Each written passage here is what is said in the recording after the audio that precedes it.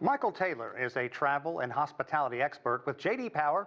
I asked him what we can expect for people wanting to travel to China now that the restrictions are being eased. Well, it's about as significant as you get for Chinese travel, tourism, and business travel itself. I think we saw immediate movement across the borders and across some restricted zones, and I believe there's still some restrictions in place in certain areas. But it was an immediate effect, and I think we're going to see that continue, that surge continue, just as we've seen that same kind of surge here in the United States. Yeah, it's been interesting to see today our colleagues in Beijing and other cities doing stories, and just the genuine the looks on people's faces, how glad they are to see loved ones again.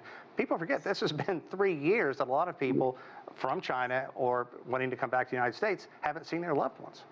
Yeah, it's quite a human interest story, actually, to talk to, people who have sick relatives or aging parents, those kinds of things, and get reunited. Plus, some of the students got caught in the lockdowns across Asia as well. So it is nice to see those stories have a happy ending.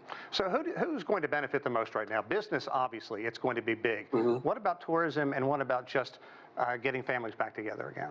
Well, here in the United States, that's where we're seeing the biggest jump in demand is on the tourism side, or what we call leisure travel in this country.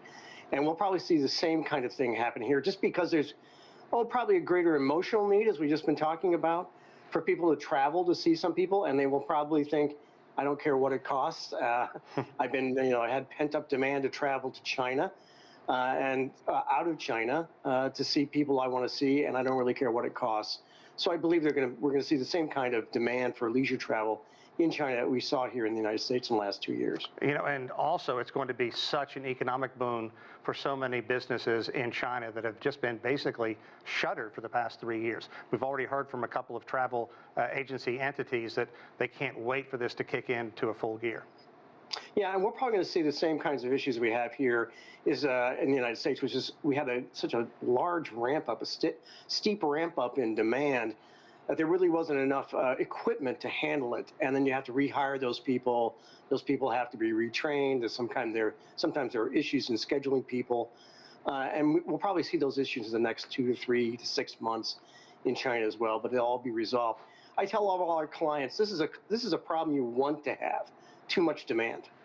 Yeah, and also I think that China is going to be watching this very closely because they don't want to overburden hospitals as well. We know infections are going to continue to spike. Mm. Yes, and I'm really not a virologist, so I can't really speak to that, but I would imagine so. The greater mix of population probably will have some increase in COVID infections, but if it hasn't done anything like it has in North America, it'll probably be less severe and quite a bit less hospitalization than previous waves of this infection. Okay, Michael Taylor, thanks so much for talking to us about this. It's very significant. You're quite welcome.